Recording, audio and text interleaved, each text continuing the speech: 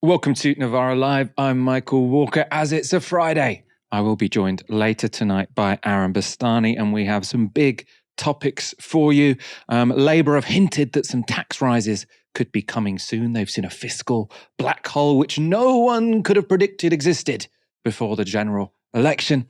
On the sort of in positive news, objections to the ICC's arrest warrant on Netanyahu, or the request for an arrest warrant on Netanyahu, have been dropped by the UK government. We talk about Trump's running mate proving to be fairly catastrophic. And again, because it's a Friday, me and Aaron are going to have a bit of a debate at the end of the show this time about whether babies should be given the vote. In the run-up to the general election, the Institute for Fiscal Studies warned that both major parties were engaged in a conspiracy of silence over the tax and spending plans. The basis of that critique was that both parties had pledged not to, or had pledged to stick to strict fiscal rules. They'd also pledged not to raise key taxes. And this implied that whoever got elected would have to make cuts to public services of £20 billion per year. So the suggestion was they weren't being straight with the public. And that analysis became a key talking point in the election and was brought up in the ITV leaders debate. The Institute for Fiscal Studies independently has assessed that you are joining in a conspiracy of silence in not acknowledging the scale of the choices and trade-offs that will face us after the election. Unprotected budgets, that's budgets for areas outside of schools, the NHS and defence. They could face up to 4% of cuts a year. One word, can you rule those cuts out? Are you being level with us? One word with us, yes or no? We're going to continue investing record sums in public services. I ask yes or no? No, we're not going to go back to austerity. I ran a public service for 5 years, the Crown Prosecution Service. I know how hard it is. Thank you very much indeed. You don't have enough money. So Starmer's answer there left a bit of a puzzle. Labour's policy was that they would stick with the Tory fiscal rules. They also wouldn't increase taxes, but they, as well as that, wouldn't make cuts to public services. So there was a conundrum. And boffins like those at the IFS said, this doesn't add up. Well, it's now become clearer how Labour might try to square this circle now they're actually in government. According to The Telegraph, next Monday, Labour will unveil there is a £19 billion black hole in the nation's finances. So in that Telegraph article, they say this, the Chancellor is expected to blame pressures on the NHS, prisons and schools for the funding gap after asking Treasury officials to prepare an assessment of the spending inheritance left by the Tories.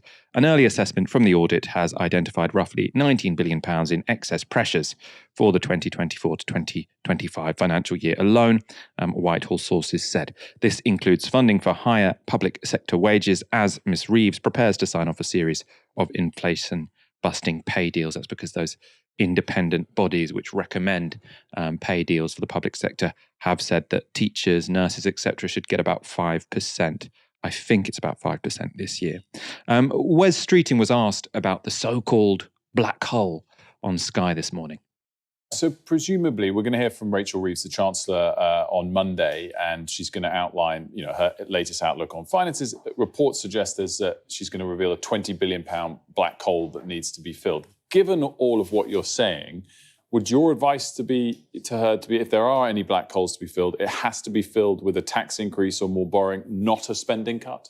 So, firstly, I won't preempt what the Chancellor's going to say on Monday, but the same iron discipline you saw from Rachel Reeves in opposition, she's carried into government. And we are with her 100% on this. There are tough choices to be made. In terms of my engagement with the audit of the public finances, I've been finding example after example within the Department of Health and Social Care of unrealistic timetables, unfunded commitments the previous government have made. And I've handed all of that information over to the Chancellor. There are tough decisions. We will all have to work together to deliver the tough choices that we need to make. Wes Streeting didn't say it there, but nearly all of the reporting around this suggests Rachel Reeves will use the audit report to justify further tax rises, not more borrowing or spending cuts, which I suppose is a relief. The IFS, who made the original claim about a conspiracy of silence over spending plans, aren't impressed, though. Their director, Paul Johnson spoke to Justin Webb on the Today programme. On that surprise point, how credible is it for the new government to say, oh my goodness, this is much worse than we expected? I don't think it's really very credible at all. I mean, in terms of the scale of the problems facing public services, lots of individuals and organisations have pointed out that most public services are performing considerably worse than they were pre-COVID. They're performing worse than they were back in 2010. We've seen that Birmingham and other local authorities have been going bust. We know that we know what the waiting lists are in NHS. We've always known that public sector pay is a long way behind private sector pay in terms of what's happened over recent years. So there shouldn't really be any sense of surprise that there's a big issue here. The choice, as ever, is do you want the public services to be as good as they are, better than they are, or are you willing to see them get worse? Aaron, I want your thoughts on this. I mean, it's an interesting situation because basically throughout the general election, everyone was saying these spending plans don't make sense. Labour sort of managed to just avoid the questions. I think everyone knew that when they got into government, they'd say, oh no, huge surprise. We're going to have to raise some taxes because it turns out the spending plans don't work. Now, it's very funny because they're saying this is a huge surprise, but before the election, the Institute for Fiscal Studies, I think just looking at OBR, so the Office of Budget Responsibility Projection, said there's a £20 billion black hole. Now they've opened the books and said, oh my God, what a surprise, there's a £20 billion black hole. There's clearly some dishonesty or political game playing which has taken place. Do we really care? I mean, ultimately, they've got into power and now presumably they're going to increase some taxes to protect public service, budgets. Or to make cuts, or a combination of them, Michael. I mean, I personally do care. I mean, I suppose implicit within your question, because I know what you really, really think about, is does it matter politically? I suspect it doesn't matter politically to the people that voted for Labour. That doesn't mean it's not important, and that doesn't mean that one shouldn't personally care. I do find it deeply troubling that you have a recollection of Labour in 2019. They were spendthrifts, none of their numbers added up, none of it made any sense. This was an allegation also presented by many people in the Labour Party at the last general election. Yet the exact same people are now saying, we've opened the books. Sorry, we had no idea. We didn't have access to Google. By the way, all these documents are available online to anyone. We didn't know the URL, so how could we possibly be aware of the numbers involved? Obviously ridiculous. I think last year there was a deficit of £120 billion. That's clearly a constraint for any government. If you believe in running small deficits or surpluses, which both major parties do, both parties stood on a principle of reducing public debt, I think by the end of the parliament. Look, it's just the nonsense. But does it matter? I don't know. And it's one of those times, actually, Michael, where you say, well, look, the media never raised it. The media, which, of course, I love saying that. I love criticizing the media where I think they're wrong. But in their defense, they did repeatedly say that, you will have to do something, which you're not saying, because these sums simply don't add up. That was something in circulation in the media. Obviously, people like you and I said it more than the BBC or ITV or Sky, but they did say it. I think the point was the Tories were so bad that they had such a non-entity of a campaign that, frankly, it wasn't relevant. Although I suppose you might say that, Labour not being able to make their sums, quote unquote, add up, is one reason why they got 9.7 million votes. They didn't get a 1997 style crushing majority. They didn't get massive buy-in from, the affluent middle class in the way that Blair did, possibly because of concerns around this stuff, because it was quite obvious that their numbers wouldn't add up. But no, politically it didn't matter. They got that majority of 172, 173. And I've been joking for, basically before the election that this would happen and they'll probably increase capital gains tax. Yeah, it does seem to be because the taxes they ruled out, they said they're ruling out taxes on working people, which is somewhat ambiguous. The sort of specific taxes they ruled out raising were VAT, income tax and national insurance, also corporation tax they ruled out. So basically we're expecting sort of various small taxes here and there, potentially on capital gains. Obviously, they've already announced that they're going to get rid of non-dom statuses and add VAT on public school fees, but those are all very small amounts of money. So potentially there'll be a change on capital gains, which would be good. Raising capital gains tax, that's welcome. Another big decision for Reeves in her autumn budget, so not on Monday, but later on when she does the proper budget, will be whether to scrap the 2-child limit on child benefits. Wes Streeting also this morning was asked about the 7 MPs who were suspended for opposing that earlier in the week. This is what he said. We're going to have disagreements over the next 4 or 5 years. That's democracy. And I'm comfortable being challenged by members of parliament, including people within my own party, about the decisions that I make. But a King's Speech is the government's programme, and the first King's Speech in particular is important. Labour MPs were elected to deliver that King's Speech. And look, the days of politics as performance art is over. We are in government to deliver. Everyone knew that. And for 7 people to choose to showboat or choose to use politics as performance art and to expect there not to be consequences was naive at best. But I think we've seen too much performance art politics. We're in government now to deliver. We will deliver on child poverty, and we will deliver on every single other promise that we made. He really goes out with his lines and just says them over and over again. And the message there seems to be, shut up, trust us. We know what we're doing. We don't want any stunts from anyone else. Not everyone is persuaded by that argument that we should just wait and see. The leaders of 10 trade unions have today written to Keir Starmer to demand the scrapping of the 2-child limit and the immediate reinstatement of the suspended MPs. The 10 unions who've signed on to that letter include the University Lecturers Union, the Fire Brigades Union, and the National Education Union. I mean, interestingly, none of the big Labour-affiliated unions have signed on to that. So there wasn't Unite or Unison or GMB or even the CWU. Aaron, when I sort of saw that headline about the 10 trade unions, I was like, oh, maybe this is a big deal.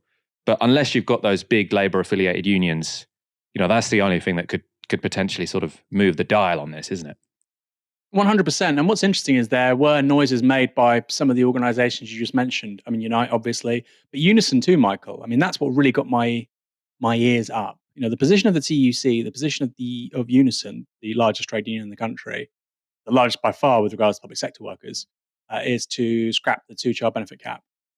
So this has massive buy-in across the trade union movement, including trade unions, which will be viewed as quote-unquote Starmer allies. The president of the TUC right now, which is not the same as the General Secretary, Matt Rack, who is, of course, General Secretary of the Fire Brigades Union, he's been very big on this too. I suspect their view is that Labour have a year to get rid of it, and then maybe Unison TUC would actually make a big deal about it. Look, at the end of the day, it wasn't in Labour's manifesto in this general election, and so it's not been included in the King's Speech. That will be the defence made by Starmer. Much of our audience won't agree with that or think it's appropriate, but it's a coherent argument.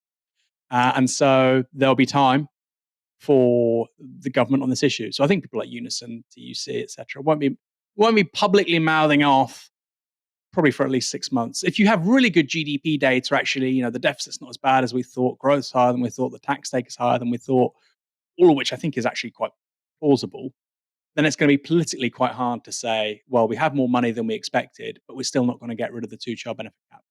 The UK government has confirmed it will drop its objection to the ICC investigating Benjamin Netanyahu for war crimes. A spokesperson for the Prime Minister has told the press on the submission, this was a proposal by the previous government that was not submitted before the election.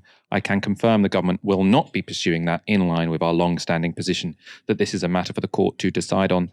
The government feels very strongly about the rule of law internationally and domestically, and the separation of powers. And I would note the courts have already received a number of submissions on either side, and they are well seized of the arguments to make their determination.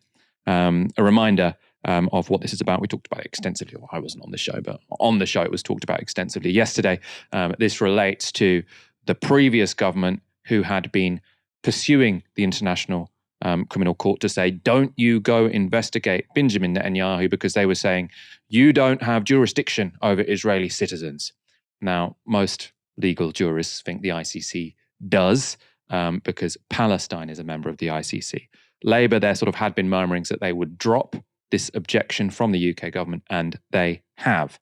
And that means this is a welcome move from Starmer, though, of course, the real story here is how outrageous it was that Britain was trying to protect Netanyahu in the first place.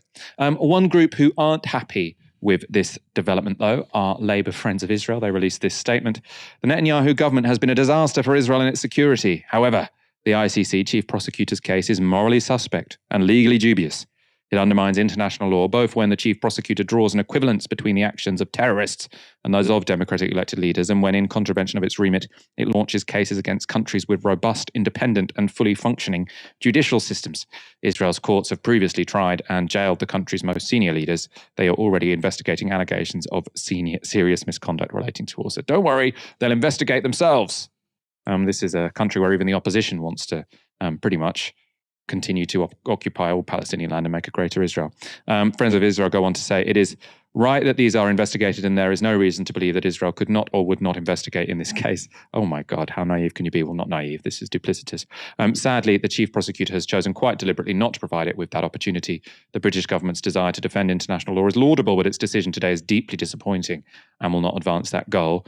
More broadly, the chief prosecutor's actions do nothing to bring us closer to a ceasefire or two-state solution. Ultimately, the only way to advance lasting peace between Israelis and Palestinians is through direct negotiations between the parties. Now, you might be thinking, why are we, reading out the response of this sort of clearly very extreme, one would like to think it were a fringe organisation within the Labour Party, but it's not a fringe organisation within the Labour Party. In fact, a majority of MPs are a member of Labour Friends of Israel, and many very senior people in government are vice chairs of the LFI, and that includes Rachel Reeves and Jonathan Reynolds. So I think the LFI coming out with statements like this, you've still got all these senior Labour MPs being a member of it. I think that says something pretty worrying about the Labour Party. In terms of the Labour Party being worrying or disappointing, someone who supported this position but still managed to sort of produce a very unclassy response was Jonathan Ashworth. He tweeted this today. Many across Leicester South will welcome this. So this is sort of suspending the objection at the ICC, alongside other moves by UK government pushing for an immediate ceasefire and restoring UNRWA funding. Remember, these foreign policy shifts are happening because we have Labour in government, not because of powerless, independent MPs. And of course, Jonathan Ashworth was one of the Labour MPs who was beaten at the general election by an independent who put Gaza front and central in their campaign. Aaron, what do you make of this? I suppose initially this is a good news story. Labour have reversed what was a very outrageous move by the Conservatives to try and protect Netanyahu at the ICC.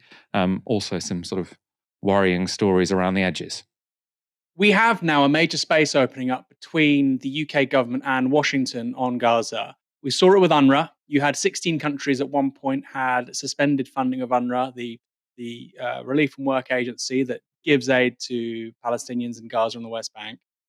Now only one government has still suspended funding of that organization. Of course, it's the United States. They won't be renewing funding for it till March 2025 at the earliest. But of course, Joe Biden has done amazing things for Palestinians. He's the best. Britain is now on a different side of that debate to the United States. Same with the ICC. Very notably, about a week ago, John Healey said that the UK would observe the pronouncements and demands of the ICC, quote, without fear or favour, which I found quite striking. So I think between UNRWA, between that, and then also between briefings being given out by the Foreign Secretary and people around him, David Lammy, the UK would recognise a Palestinian state, regardless of what the Americans wanted. This is a real break. Labour right foreign policy since the Second World War has been about, we don't do anything. We don't open our traps until Washington gives us permission. That, by the way, is what caused Keir Starmer such a massive problem in opposition after October 7th, because it was very clear that any sensible person would be calling for a ceasefire. He couldn't do it. He was waiting because Washington hadn't yet done it. By the time he did do it, an immense amount of political damage had been inflicted. That's clearly why John Ashworth is no longer an MP. That's clearly why Wes Streeting and Jess Phillips almost lost their seats. And my view is the fact that those 5 independents, one including Jeremy Corbyn, the fact that the Greens picked up Bristol Central, for a bunch of reasons, but including foreign policy differences between the Greens and the Labour Party, that stuff has put the frighteners up Labour. And I think there is a realpolitik argument amongst Labour Party MPs, which basically is, we have to show something on Gaza. We can't just talk. There needs to be some action, because we are very vulnerable on this issue. They're not vulnerable on much, right? Even the 2-child benefit cap, they probably have 6 months to a year to do something on that. They're very vulnerable on Gaza. If they continued to dismiss and do nothing, if the party was run by John Ashworth, there would be many more MPs losing at the next general election. I mean, if West Streeting had lost Michael to Liane Mohammed, I think it was fewer than 600 votes in it, Ilford North. That would have just been absolutely extraordinary. That is the crown prince of the Labour right. So yes, there's a major shift happening. It might not look major, but in the context of how the Labour right does foreign policy, it absolutely is. Absolutely is very big. And it's on more than just this issue. Is there a bit of a potential of sort of overstating the shift?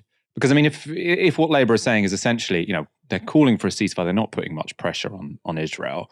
They're saying we're going to respect the ICC and let them get on with it.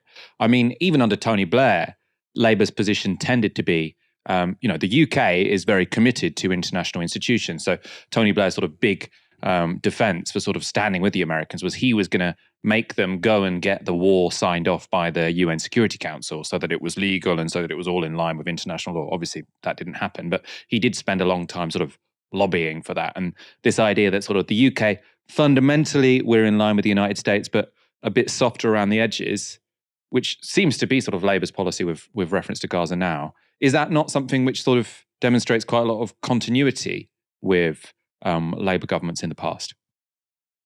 Well, it's not massive. It's not massive. I want to be clear about this. There's not some huge gulf, it's not like Spain or Ireland and the United States. There's not some huge gulf between the UK and the US.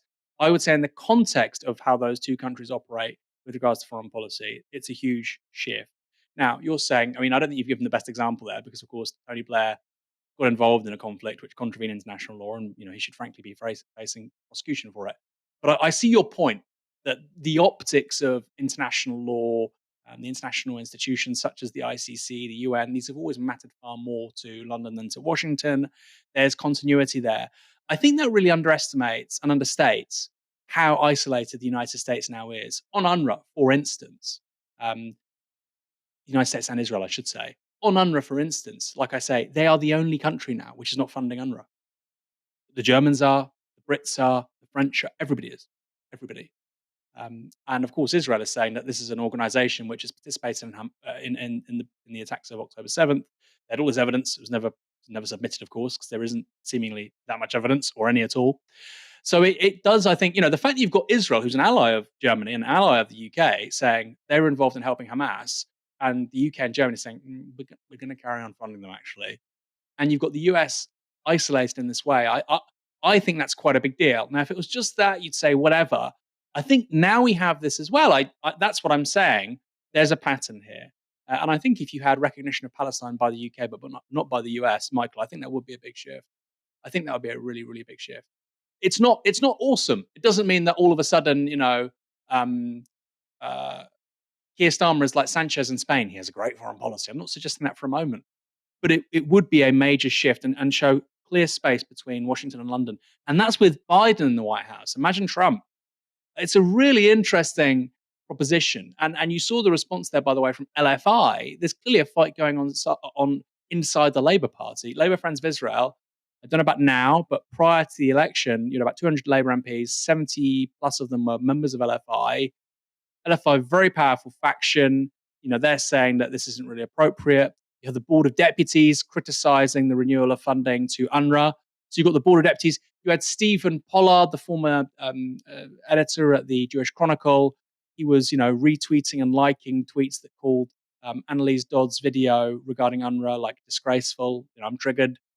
So these people that have been systematically courted by Starmer and the Labour right, from the Board of Deputies, the Jewish Chronicle, the people around LFI, all of those people do not like this. So the idea that this is in any way not a big deal, I would really push back on that. And the question is, okay, why is that happening if you think it's significant, Aaron? As I said, it's because I think of the extraordinary success of independents and Greens in the last general election. And I think there's a perceived vulnerability on Gaza, which is enormous. This is a huge issue for Muslim voters. And the reality is many, many Labour MPs rely on Muslim voters. Many of them are now in the cabinet.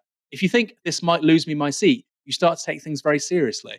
That applies to Streeting, that applies to Jess Phillips, but also somebody like Angela Rayner. Her seat becomes quite marginal if the next election looks like the last one in terms of shifts. And I don't think they're going to take anything for granted because they look at John Ashworth and think, I don't want that to be me. The bugger what LFI say. Which is why I suppose Jonathan Ashworth's tweet is so ridiculous, because he's saying, look, the protest was completely pointless because now we've changed our position. Well, maybe the reason you changed your position was because of the protest. I mean, obviously this is more than a protest because this is MPs getting elected. So this is sort of actual pressure on the Labour Party. They're fearing for their seats. But I think, to say to campaigners, well, you got your way, so you shouldn't have done the campaign, it doesn't quite stack up. Of course, people campaigning for the Labour government to change its position on Gaza, they very much haven't got everything they've asked for, right? The Labour Party are talking about suspending arms sales of offensive weapons to Israel, not defensive weapons to Israel, but it's obviously very difficult to know what that distinction would be. You can imagine a weapon which is called defensive being used to kill people in Gaza, right? I don't know how they're going to sort of make that distinction really add up and make that incredibly sharp. Obviously, we're a million miles away from the UK imposing sanctions on Israel, which is what they really should be doing. As weeks go, it hasn't been a great one for Donald Trump. First, Joe Biden stood down as his opponent and was replaced by the much younger and energetic Kamala Harris.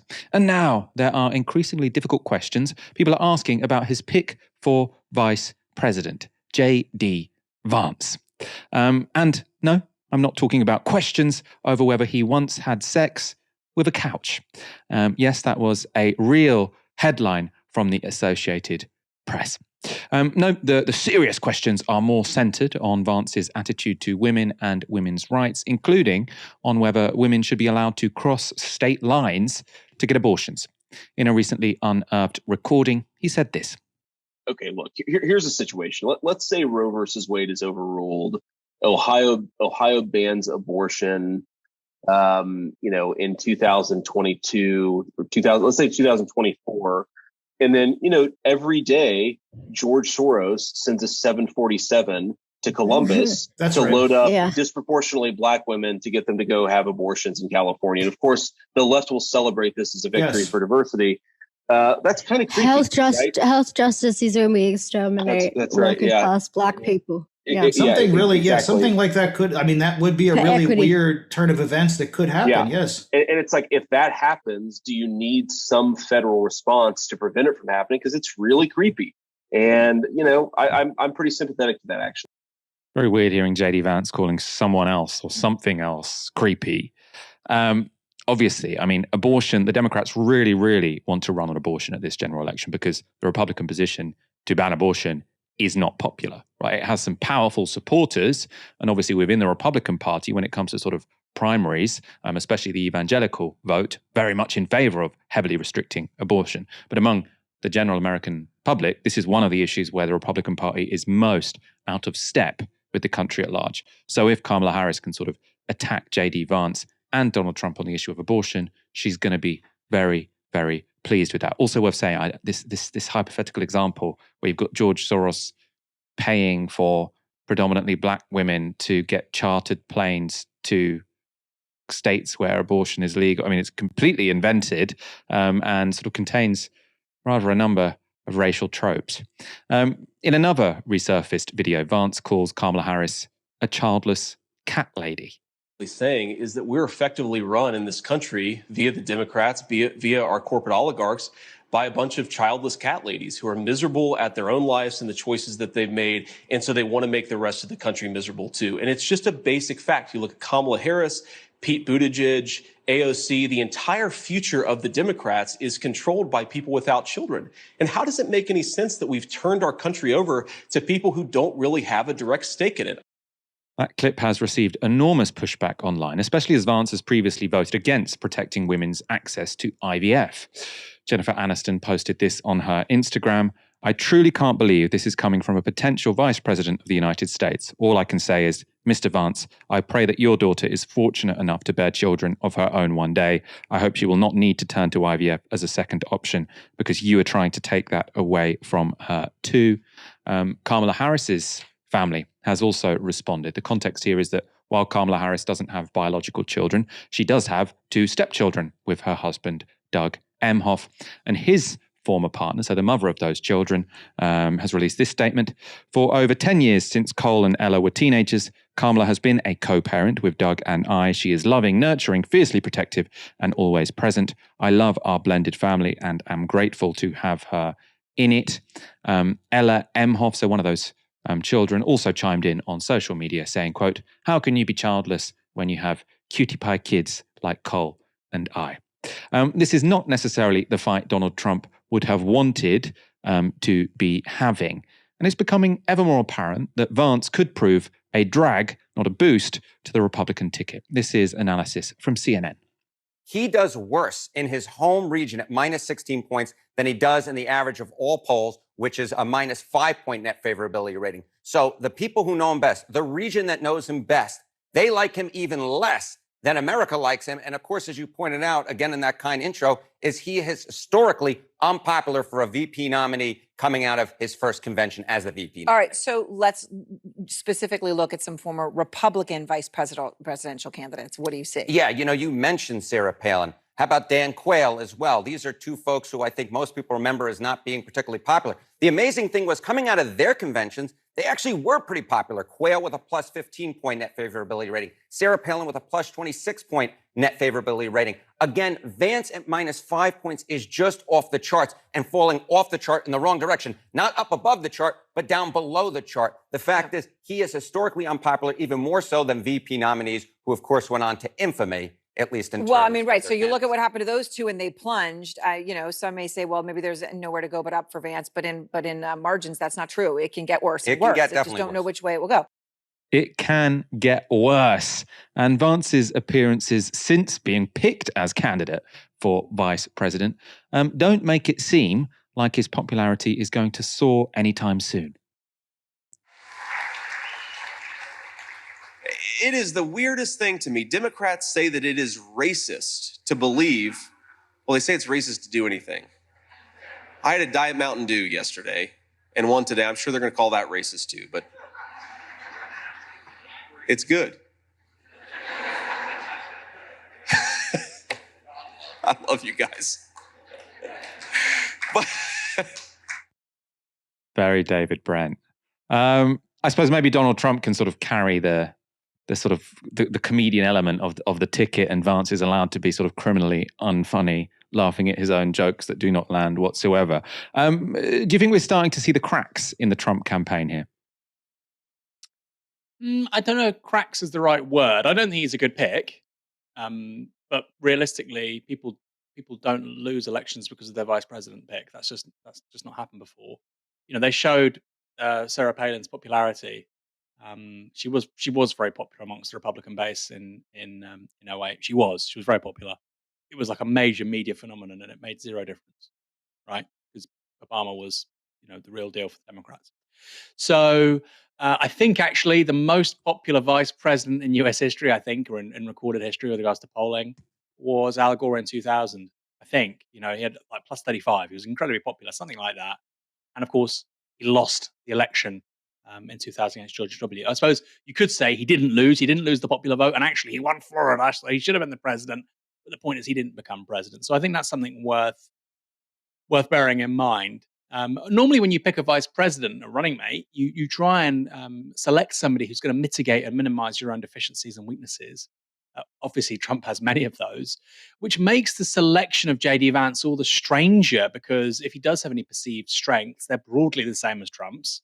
The people that like Vance are going to like Trump. There's very few people out there who dislike Trump but really like J.D. Vance. So I don't really understand it. I grasp the fact that they didn't want, a sort of quote unquote mainstream Republican apparatchik like they did with Mike Pence the last time round, because maybe long term in terms of your political strategy to execute on change in office, that's not great. You don't want that. You want somebody who's totally on side with you. I totally understand that. But you do want somebody while you're campaigning who will help you with your deficiencies. So I suppose I'd condense it into a simple formulation, which is that if Trump wins, I think J.D. Vance is going to be a great vice president for him from the perspective of the kind of political project he wants to initiate. But they've got to win first. And from the perspective of campaigning, I agree with you. I think there's some really conspicuous cracks here, and I certainly don't think he's the best person for the job. Yeah, that's what people are saying, basically, isn't it? That he chose J.D. Vance after he'd just survived an assassination attempt, and when it seemed like he was going to face Joe Biden. So obviously he was thinking, look, we're going to win this anyway. So what I need is a vice president that backs me to the hilt. J.D. Vance famously said that he would have, he wouldn't have approved the sort of making Joe Biden president after the election. He would have sort of sided with Donald Trump and said it was stolen and sort of basically tried to completely undermine the Constitution. So Donald Trump is thinking, if I'm winning, I want this guy J.D. Vance here. Also, I suppose he's thinking that would lessen the motives for anyone to assassinate him, because if he gets killed, obviously his vice president becomes president. If his vice president is very similar to him, then that's helpful for the project. But as you say, Aaron, now Joe Biden is no longer the candidate. It looks like it's going to be a bit more competitive, and J.D. Vance doesn't bring much to the race. I think Trump's running mate, J.D. Vance, seems like an entirely unpleasant individual, exceptionally unpleasant, potentially. But I do actually agree with one of the policy proposals he's expressed in the past. Let's give votes to all children in this country, but let's give control over those votes to the parents of those children.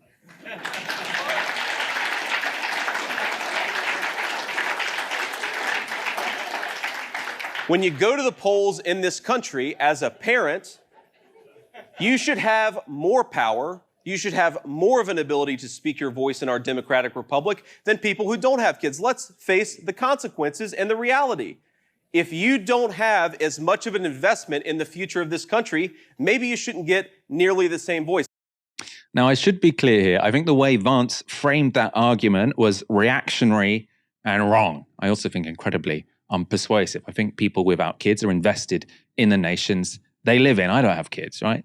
Vance also has a history of demonizing women without kids, calling Kamala Harris a cat lady, for example. That's completely despicable. But on the policy question, I actually do agree that parents of young children should be able to cast an extra proxy vote on behalf of their kids. And I think there are a lot of good progressive reasons to back such a policy.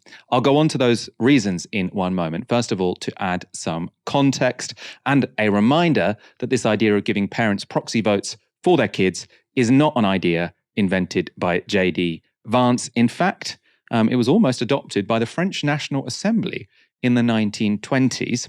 And more recently, it was famously put forward in 1986 by a Hungarian demographer named Paul Demeny in a paper titled Pronatalist Policies in Low Fertility Countries, Patterns, Performance and Prospects. Demeny argued that proxy voting for parents would make the political system more responsive to the young generation's interests. Proxy voting for parents has now become sort of known as Demeny voting, sort of in social scientific discussions. I personally think the policy has a particular logic in the context of an aging electorate, which means politicians are increasingly focused on the comfort of the elderly at the expense of the interests of young parents and the next generation. So think about the policies of the Tory Lib Dem coalition to cut youth services while protecting state pensions, or the Tory government refusing to allow more houses to be built to protect the views and property prices of older homeowners, right? These are both outcomes which came to pass because the Tories rely on what's now called the grey vote. Austerity screwed young people and young parents, which is why they voted against it. For example, in the 2017 election, all age groups under 50 swung to Labour, but people over 60 and over 70 massively stayed with the Conservatives. And those age groups were large enough that they won the Tories the election. Right? So you had a situation where those government policies were screwing over nearly all of the working age population, but the Conservatives were able to stay in power because they had older voters voting for them. Now, this is not to demonize older voters, but it's to say that sort of the structural shape of our electorate tends to disadvantage younger people and especially young parents, which is a problem if we don't want to have a declining population. Of course, you might say, we now have a Labour government. What's the problem? However, with an aging population, older voters will become ever more numerous relative to the young, and their political power will increase in proportion to that. So, how would parents voting on behalf of their children help? Well, it would make the electorate younger, for a start. So parents of children under 16 are most likely to be in the 25 to 49 age groups who voted against austerity measures. And parents of young children can be expected to especially prioritise issues such as high-quality free childcare or abundant housing, which have been condemned to being very, very low on the political agenda. And that's an argument that was made by the economists Reiko Aoki and Rima Vaifia-Nathan in a 2009 paper called "Is Demony Voting the Answer to Low Fertility in Japan?" In that study, they wrote this: using the 2005 household census, we calculate that approximately 24% of eligible voters are parents of children under 18 years of age. On the other hand, those who are concerned about pension levels, so i.e. those aged over 55, constitute 43% of the voters and are therefore more powerful in the minds of politicians. This latter group gain nothing from increasing fertility, since any children born will not be productive in time to support their retirement. Indeed, children who are born will be an additional drain on public expenditure, leading to potential reduction in social security payments. In light of the lack of political will or interest in improving family policy, Japan should consider demony voting, which allows parents to cast a proxy vote on behalf of their children. This would automatically increase the voting power of parents. By our calculation, it would increase the parent bloc to 39% and reduce the over 55 years bloc to 35%, thus creating a more balanced incentive for politicians to take family policy seriously. Now, in that passage, it was the statistic about the status quo position that I found most striking. So in 2009, as they say, only 24% of voters had children under 18, while 43% were over 55, right? And in that situation, it's absolutely no wonder governments value pensions and protecting house prices over making it cheap and easy to have kids. As the authors argue, demony voting would simply level the playing field between the generations. Now, you might be listening to this thinking, what's the point in debating this wacky idea that will never happen? Surely there's a sort of better way to get child-friendly policies introduced. Well, something interesting about this policy, as with most so-called pro-natal policies, is that it has the potential to unite surprising coalitions. So in 2013, Chrystia Freeland, she was the then editor of Reuters, wrote this in an essay on proxy votes for parents. So she said, part of the appeal of demony voting is that it could be bipartisan. It is hard to imagine an idea more likely to empower pro-family, socially conservative communities and liberals who often find mothers to be a softer sell should like the notion too. Best of all, demony voting could be a way for the developed world to get beyond one of its deepest afflictions, our aging, consumption-based societies focused on today. We need to find a way to build for the future. Maybe enfranchising our children is the answer.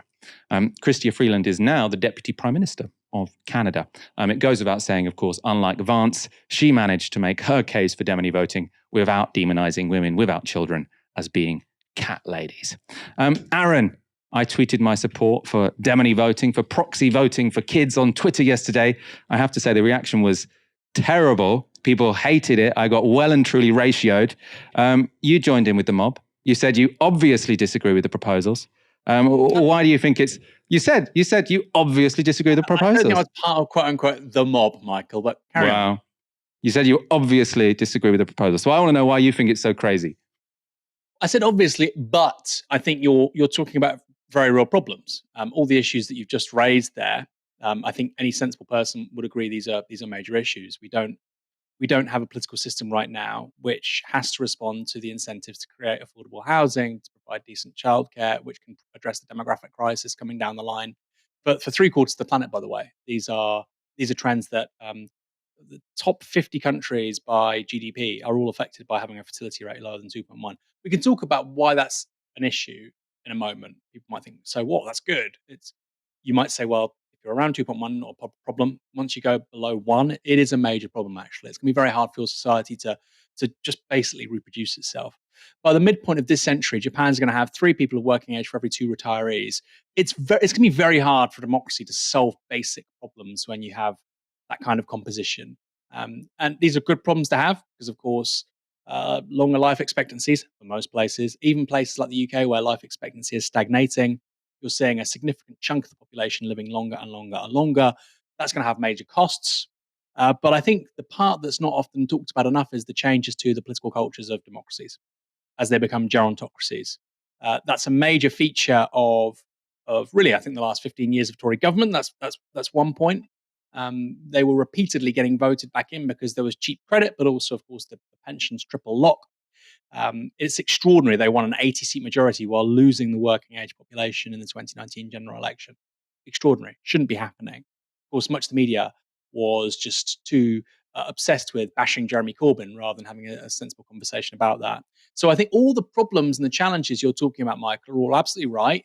You're entirely right about the incentives for creating family-friendly policy, how they don't exist. You're entirely right about so many things here. Now, the question is this an appropriate solution? I would have a few reservations. Firstly, I'd say that there are other things we can do which are less controversial, much easier. I think proportional representation is one thing, for instance. If you want long-term strategic planning over a 10, 20, 30-year horizon, it's quite obvious to me, actually, that PR is preferable to first past the post.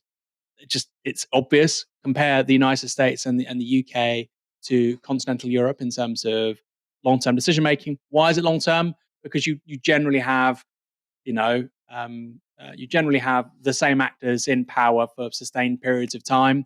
If you look at our system, you've got the NHS, Tories underfund, it almost collapses. Labour fund it well.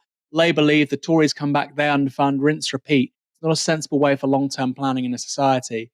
Same with the Republicans and the Democrats. They want to stack the Supreme Court one way, they want to stack it another way. It's an extraordinarily stupid way to conduct politics and oversee change. So first is PR. Secondly, I think you reduce the voting age to 16. I think that's just an obvious thing to do. But I would say even there's an argument to reduce the voting age, say, to 12. That was put out there, I think, by an academic relatively recently. I don't agree with that.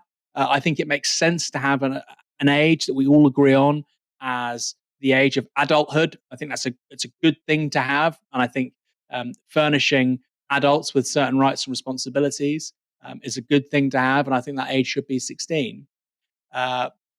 So I would oppose votes for 12 for the same reason I oppose demony voting. I've never actually heard this phrase before, Michael, but I think you're on a very slippery slope as a democracy if you start to give votes to certain people on the behalf of others. Because bear in mind, of course, that was the argument against universal suffrage.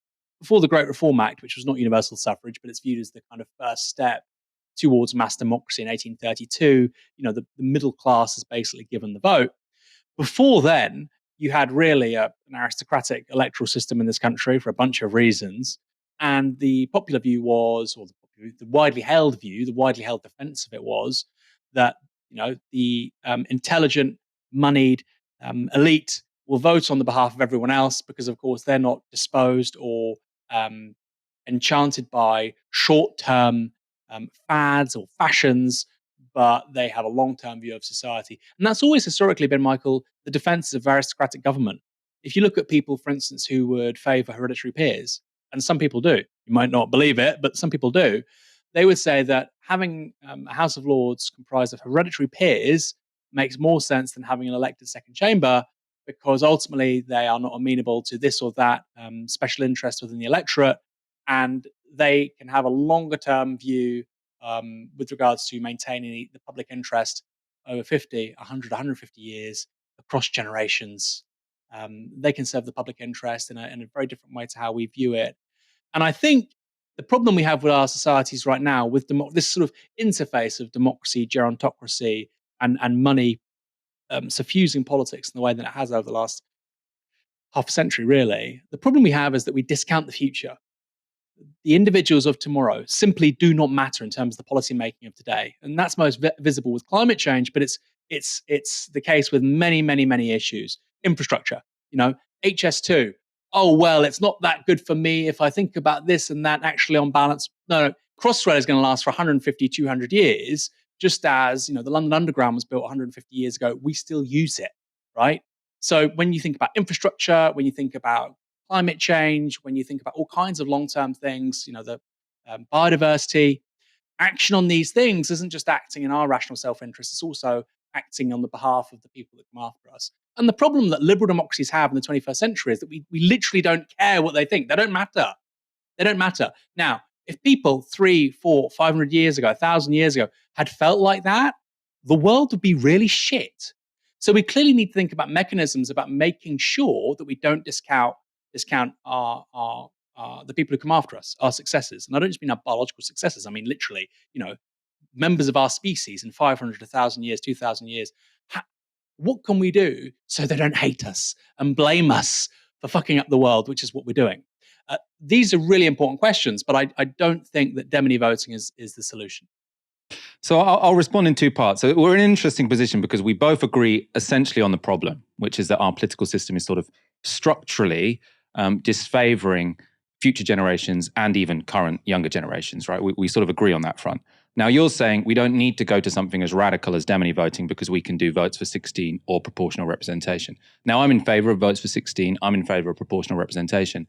My argument is it just is not going to go far enough, right? I mean, we already have many countries with proportional representation where their policies are more skewed to older generations because their electorates are more skewed to older generations. So if you want some kind of radical change, which is really going to make life for young parents better, I don't think you can say, okay, well, let's have the same political system as Spain, right? Because the situation isn't radically better in Spain. In terms of the argument, you're sort of saying that this is an aristocratic argument, sort of that harks back to reactionary arguments which were made in the sort of 1800s or whatever. I think there are a couple of problems with that. So one, the problem with the argument that sort of aristocrats can vote on behalf of working class people or husbands can vote on behalf of their wives is that those are arguments used to deny working class people to vote or deny working class people to vote. Whereas with demony voting, you're not arguing against people who want young people to have the vote. You said yourself there, you don't want people to get the vote at 12, right? So this is people who have no representation and you're arguing for them to get some more, albeit imperfect representation. Now, the debates you're talking about, that's someone saying, let's just give them imperfect representation because they can't be trusted with representation. You're saying that kids can't be trusted with representation anyway. I'll also say sort of on a fundamental level with sort of, can we ever let someone represent someone else sort of automatically by proxy? Now, I'd say here, the problem with the argument that sort of we can allow husbands to represent their wives or we can allow aristocrats to represent working class people wasn't because it's inherently wrong to say that some people can represent the interests of other people. It's that there was nothing to suggest that working class people or women would need representing. Whereas when it comes to young children, there are so many examples in life where we do say, oh yes, it is actually perfectly acceptable for a parent to make a decision on behalf of their child, what school they go to, I mean, what vaccines they get even, right? So the idea that parents can make decisions on behalf of their children, we accept that. The problem, I think, with men making decisions on behalf of their wives wasn't that you have one human making a decision on behalf of another human. It's that positions women as having less agency than men, which is wrong. But children, especially young children, actually probably should have less agency than their parents, and that's actually how we organize society. How would you respond? I didn't use the male-female example for that reason. I think that's just stupid. But I do think the argument, for instance, for property ownership being the means to access the vote, I think it's coherent. I don't agree with it, but I think it's coherent. You have property, you have a property interest in society, therefore you get the vote, right? You have a different interest to, in relation to the future than somebody who doesn't have property. I don't agree with that. But it's similar to what you're saying, and it's similar to the sort of the reactionary arguments, not even conservative, reactionary arguments against universal suffrage in the 19th century. Now, I agree with you to the extent that in societies with incredibly low levels of child rearing and children, which will be a huge social challenge going forward, it will be extraordinary. It will be very, very tough. It'll probably be quite nice afterwards. In 150 years, once we sort of fall, planetary population falls to like a homeostatic 2.5 billion in like 2300, and we've got the infrastructure for a planet of 10 billion, and we've got all these resources and high automation. It'll be great, and that might be fully automated electric communism. But in the medium term, it's going to be really, really tough.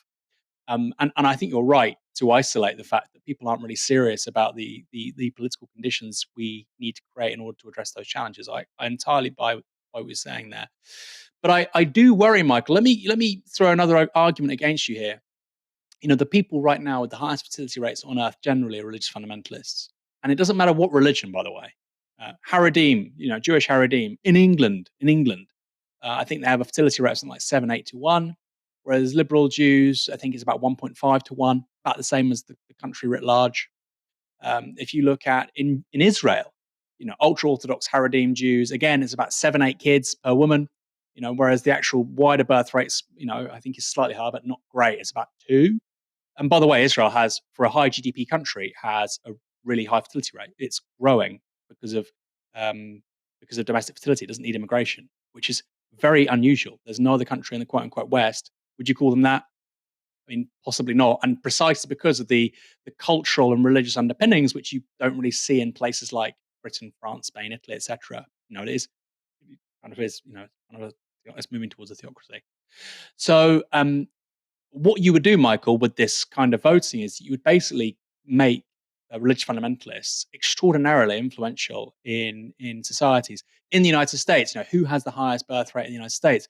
Ultra-Orthodox Jews, Mormons, evangelicals, like sects that people watching this have never heard of, but Anabaptists.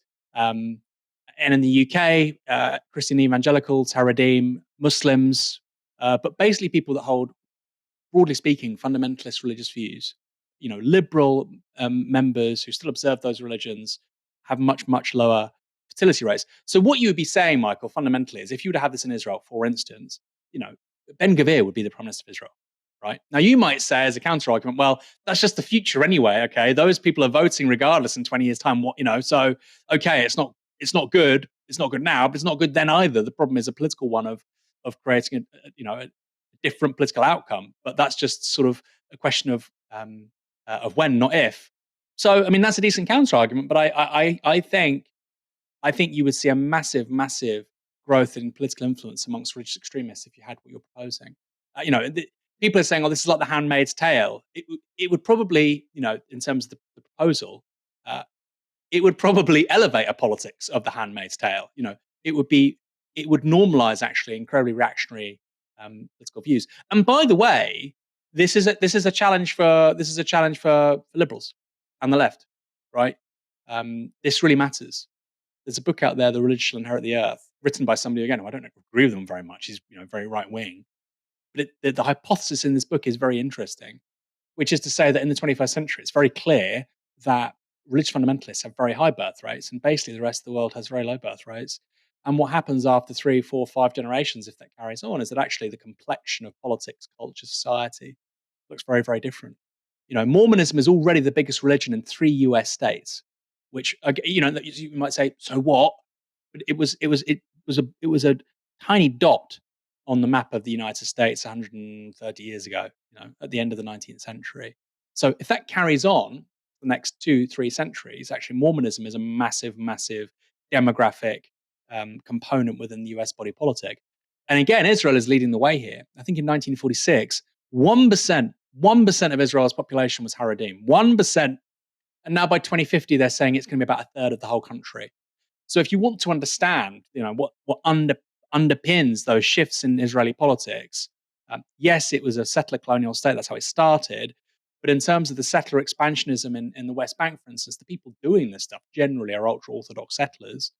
The people now entering politics, well to the right of Likud, of course, Likud basically just imitate their political style and their policies, but well to the right of them, people like Smotrich, Ben Gvir, they are an expression of that demographic change we've seen in Israel over the last 80 years. And that's going to carry on.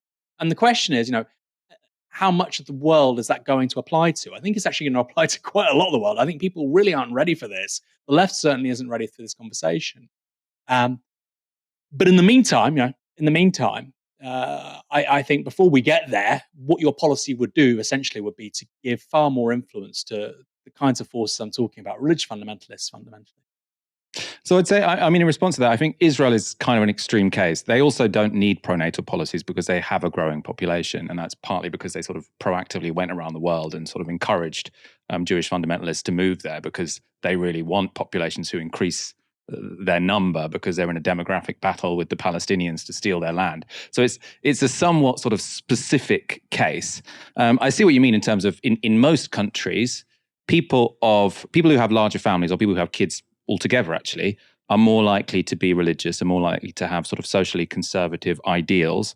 But what that ignores is that while this policy would favor people with kids, it would also favor younger people over older people, because obviously you only have a proxy vote for your kid until they turn 16, or it could be 12 or whatever, right? So I would say that because you're shifting the electorate younger, that would probably counteract the extent to which you're skewing it to more parents, because more parents at the same age, more likely to be socially conservative, but people in their 20s, 30s, 40s, more likely to be more liberal than people in their 60s, 70s, 80s. So I would imagine that it would about level out. In terms of you saying, if not when, now I do think that probably left-wing people do have to sort of deal with, the religious will inherit the earth argument. But I would say if you want to have a situation whereby socially conservative people don't inherit the earth, you want to make it much more easy for people to have kids. Now, the reason I say that is because I think if you make it really difficult to have kids, then you need a really strong motivation to go out and do it. And what's a strong motivation to go out and do it? God, right? So if you make it hard and you need this strong motivation to have kids, then people who don't believe in God won't bother. People who do believe in God will. And so I would say if you want to have a situation where we sort of have a liberal future, what you want to make it more easy for people to do is people who aren't motivated by God to say, actually, you know what, having a kid isn't going to be that big a sacrifice, which at the moment it really is, by the way, financially. So I would say that's why you need massively pronatal policies. And this is the kind of structural change that would get you there. And I'm not convinced you've sort of suggested a similarly structural change that gets us there. How do you respond? We should wrap up fairly soon. I think you're right in terms of that religious shall inherit the earth hypothesis is a very powerful one, frankly. And I think you're right to say that actually for people with liberal values, it's really important to reduce the costs of having kids, right? I think that's absolutely true. We should do that through socialized childcare and a bunch of other things as well, of course. I think that's absolutely true. And of course, it goes back to one of my favorite sayings: a society grows great when people plant trees in whose shade they will never sit. You need to think about 500, 1,000 years in the future, which we have forgotten as a society. Because liberal modernity is always about now. That's one of the conservative critiques of liberal modernity. I mean, it has many good things about it, but that's one of the critiques, is that there's generally a failure to think about the future. Most people literally don't think it'll happen. It's going to happen, right? Most people are, well, humanity won't be here in 200 years. We'll be here. We've been here 300,000 years. We'll be here. Unless a meteor hits the earth and it gets rid of us like it got rid of the dinosaurs, we will be here. And we have a responsibility to make sure that what is left of those people on this planet is not a pile of steaming shit because of our behavior. Now, to go back to your point about I'm not offering a structural proposal in response, one structural proposal, which again I don't agree with, would be to say, well, we don't need democracy. We need long-term planning overseen by an autocratic government. Now, of course, in 2024, if somebody said that, they're probably thinking about China, aren't they? That's one argument. So you could have an anti-democratic argument against it. Like I say, I just think there are some very successful societies out there, Michael, which do have more of a tendency to long-term planning than we do. They tend to have PR. They tend to have younger people more engaged in the political process. So I don't think in absolutes like you, Michael. I just think that a decent solution to this, the Tories do not win the 2019 general election if you have PR and votes at 16. Actually, austerity never happens in the 2010s. We probably do have more social housing. We probably do have better conditions in which to raise children. So that I don't need to offer a quote-unquote systemic response. I do think we need to embed longer-term strategy and thinking into our political culture. But that's actually an issue of ideas and attitudes as much as anything else. We are a blip. We've been around here for 300,000 years. We're probably going to be around for another 300,000 years. I know people don't like to hear that because we like to think we're important. And what makes you feel more important than the idea that there won't be people after us? There will be. There's going to be lots of people after us. We should look out for their interests as well as our own. All right, let's wrap up there. Thank you, Aaron, for joining me tonight. Always a pleasure speaking to you on a Friday. We got there, Michael. Despite Gino, despite the battery, we got there. I hope everybody watching has a wonderful weekend. And I hope they forgive you your eccentricities, because it is important to talk about strange ideas. That is important, and to test them and to steel man them, because even if I disagree with what you're saying, 90% of it or 80% of it, we agree on 20%, you can refine it, you can learn more, you can think about things in a different way. I disagree with the man I was 10 years ago. And I'm sure the man in 10 years' time will disagree with the person I am today. So it's good to have these conversations.